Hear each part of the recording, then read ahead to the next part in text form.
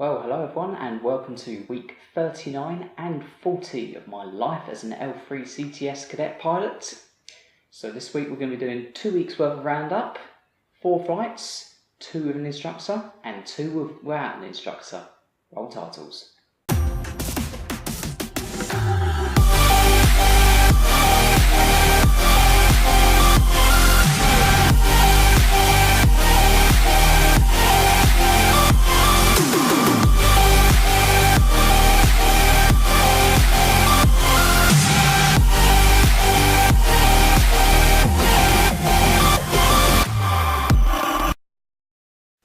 So like I said, 2 weeks worth of roundup. Weather's been a bit iffy the last couple of weeks, so not got as much flying done as I originally wanted to, but we're still ahead of target, so that's good news.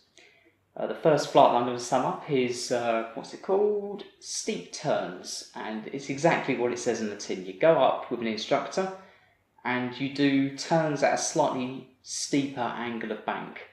So what's classed as a medium turn is anything up to an angle of bank of 30 degrees, and anything beyond that is classed as a steep turn.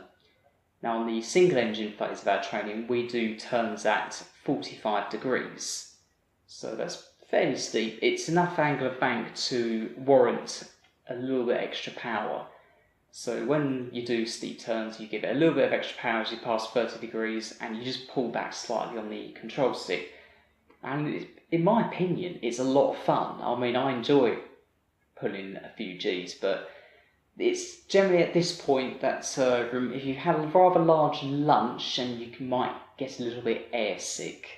So yeah, might want to be a bit careful about that. I did hear of an incident a couple of weeks ago where someone did this exact lesson I've just done and they ended up sending the aircraft to maintenance because they covered the inside of the aircraft with their lunch. See, yeah.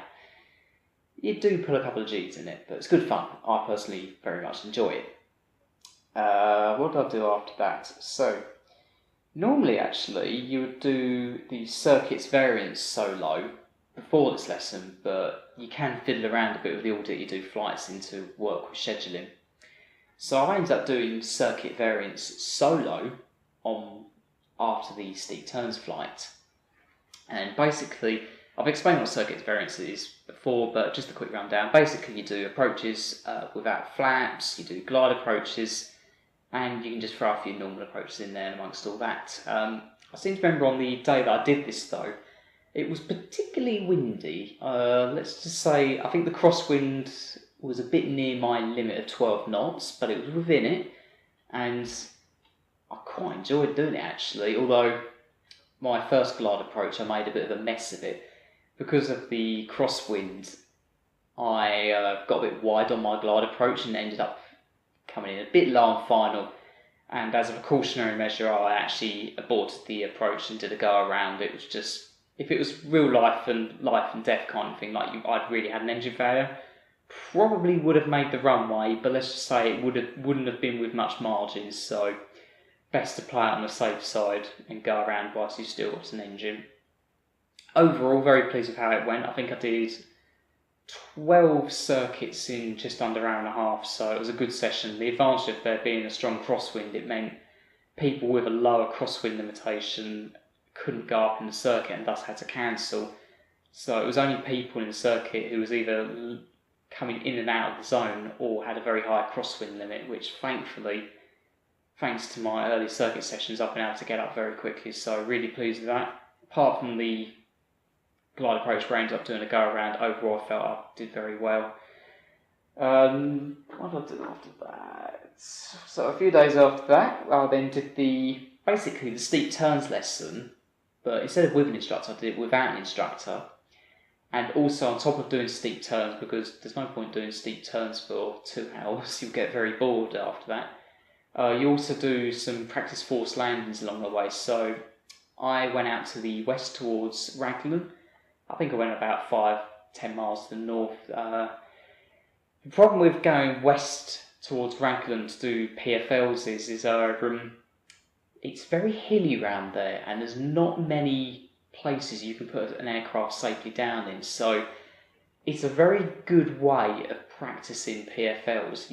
literally flying along, you cut the engine, you go, right, which field am I going to go into?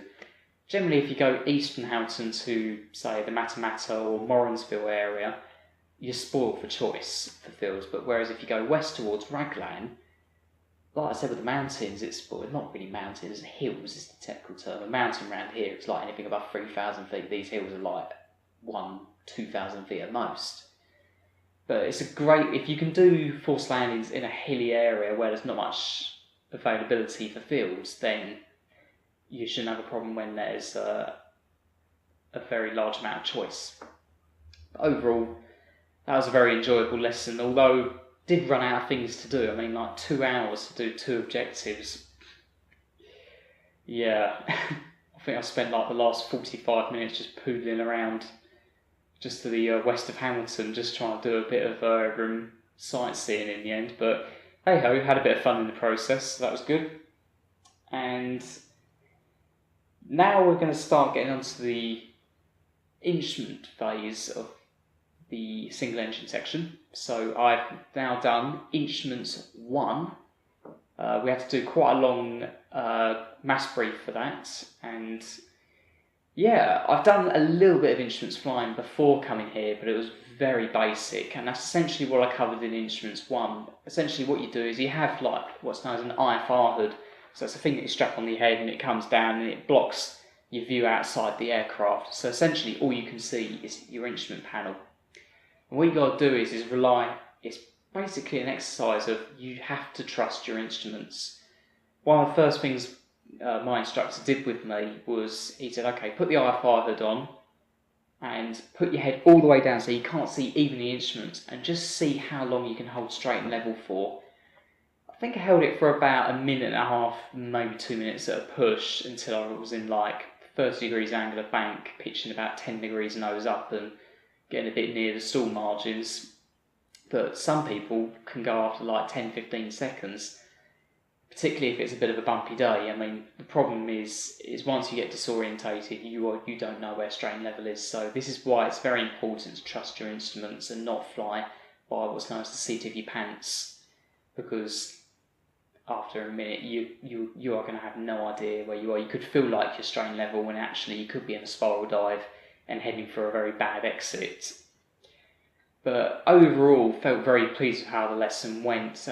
You start with what's known as a full panel instruments lesson, and as you get towards the later lessons for instruments, you start doing more limited panels and more advanced manoeuvres. So essentially, in IF1, you're basically doing what you did in lesson 1 and 2, flying straight and level, maybe with a few climbs and turns thrown into there. But overall, I really enjoy flying instruments, particularly when the weather's a bit iffy and there's not much to see out the window. So yeah, afraid not really much more to report on that, but actually I will just bring up one thing that's very important. So right here I've got my sunglasses, and here they are, classic Ray-Bans as most pilots have. But I'd just like to emphasise the importance of, before doing any flying activity, to have a very good quality set of sunglasses. Make sure they're not polarised, because you won't be able to read any of the screens if that is the case. Make sure that they meet the aviation regulators' requirements. So for me it'd be the UK Civil Aviation Authority. I believe the requirements are you can't filter out more than 80% of the light, and I believe they generally only allow grey and brown lenses. Anything else is generally not allowed. So do your research before buying a good pair of sunglasses, because they are expensive, but they're well worth it, because I wear them all the time and it just makes flying a whole lot easier. Even when it's not a sunny day, I mean, if it's cloudy, there's still loads of light coming through, so you've got to be careful. Anyhow, on that note, thank you very much for watching this 2 weeks roundup of episode. I'll do what I just said there. Anyhow, I've been rambling on, so leave a like on the video if you enjoyed it. Feel free to leave a comment and subscribe to the channel, and yeah, share this series with anyone who you feel might be interested. Thank you very much for watching. I'll see you next episode. Thank you very much for watching. Bye bye.